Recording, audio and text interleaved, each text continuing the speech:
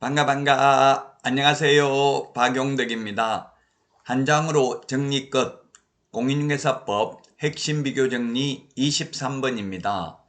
500만원 이하의 과태료 사유입니다.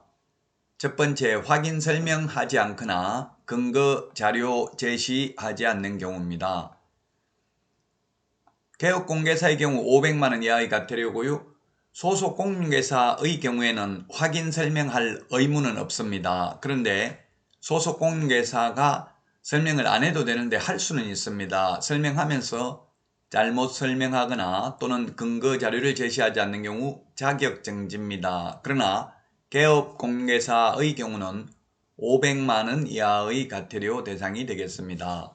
그 다음에 부당한 표시광고, 허위매물, 미끼매물, 낚시매물, 가짜매물 올리는 경우. 자, 여러분, 허위매물 올리면 시세보다 높게 올릴까요? 낮게 올릴까요? 네, 보통은 낮게 올리겠죠. 왜냐하면 인터넷에는 검색을 해가지고 높으면 아예 연락도 안 오겠죠. 예를 들면 월세가 40만원, 50만원인데 20만원짜리 있다, 이렇게 매물 올리고요. 전화하면 진짜 있습니까? 예, 있습니다. 빨리 택시 타고 오세요. 금방 나갑니다. 이렇게 해서 택시 타고 가니까 금방 나갔습니다. 만약 이렇게 속였다면 500만원 이하의 과태료 대상이 되겠습니다. 자, 그 다음에 3번, 모니터링 자료 제출을 거부한 정보통신 서비스 제공자입니다. 허위매물 올리는지를 모니터링을 할 수 있죠. 그런데 그 모니터링 자료 제출을 요구했는데 정보통신 서비스 제공자가 거부하면 500만원 이하의 과태료고요. 그 다음에 모니터링 결과 추가 정보 게재 요청을 했는데 거부한 경우 역시 정보통신 서비스 제공자입니다. 그래서 정보통신 서비스 제공자, 협회, 거래정보사업자의 경우에는 100만원 이하의 과태료는 없고 모두 500만원 이하의 과태료입니다. 왜냐하면 다 법인들이죠.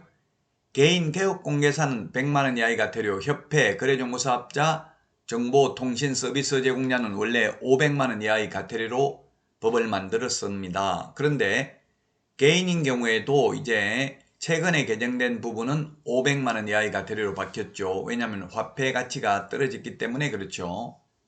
자, 그 다음에 5번입니다.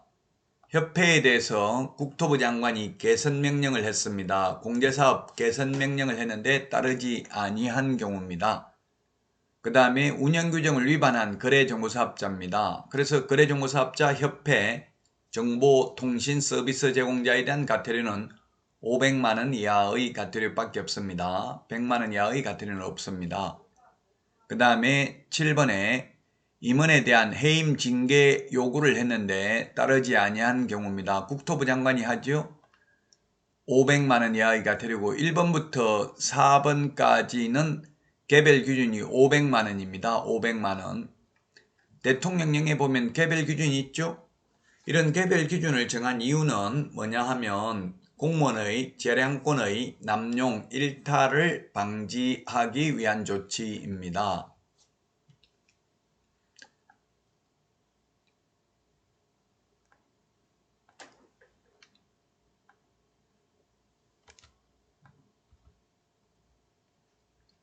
자, 다음 8번을 보도록 하겠습니다.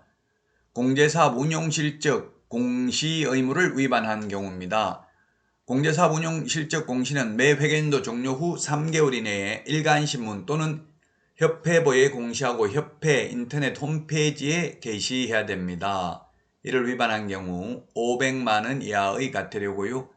그 다음에 감독상 명령을 위반한 거래정보사업자, 그리고 10번에 감독상 명령을 위반한 협회입니다. 감독상 명령을 위반한 개업 공인중개사의 경우는 6월 이하의 업무정지죠. 그 다음에 11번 연수교육을 받지 아니한 경우. 제가 개인의 경우에는 원래 100만원 이하의 과태료라고 했죠. 근데 연수교육 요거는 최근에 도입된 제도이기 때문에 2014년도에 도입됐죠. 그래서 연수교육 받지 아니한 경우도 500만원 이하의 과태료고요.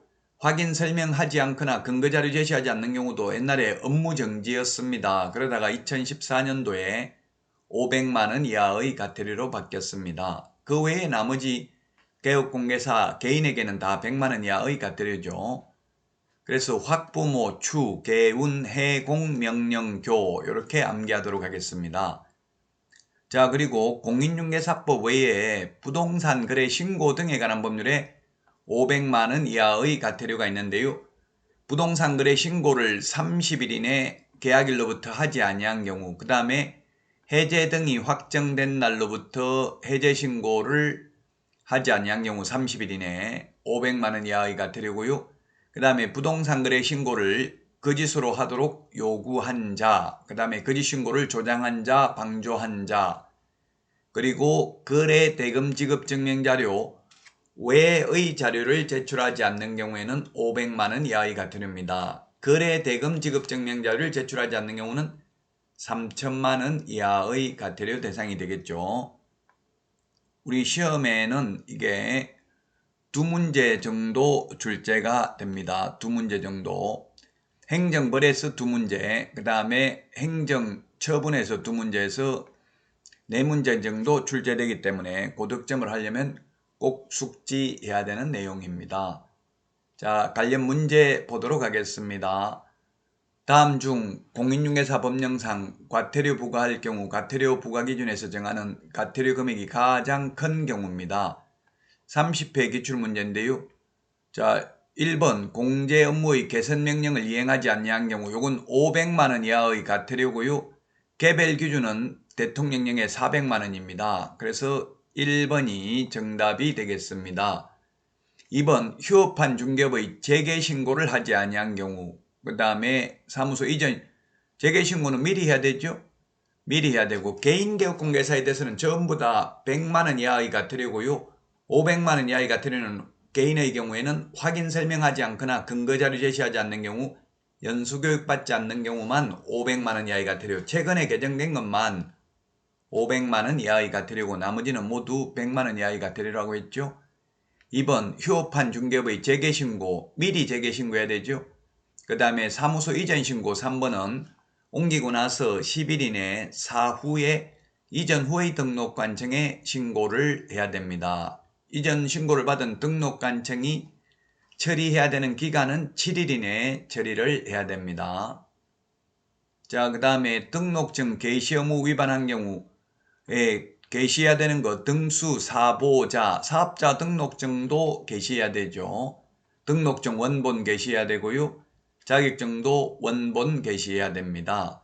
소속공개사가 있는 경우 소속공개사 자격증 원본 게시해야 되고, 소속공개사 자격증을 게시하지 않아도 소속공인중개사가 처벌받는 게 아니라 개업공인중개사가 100만 원 이하의 과태료입니다. 그 다음에 5번 휴업기간의 변경신고를 하지 않는 경우, 휴업신고, 폐업신고, 재개신고, 변경신고 모두 미리 신고해야 됩니다. 휴업은 3개월 초과하는 경우에만 신고하면 됩니다. 한 번 신고하면 6개월간 휴업할 수 있습니다.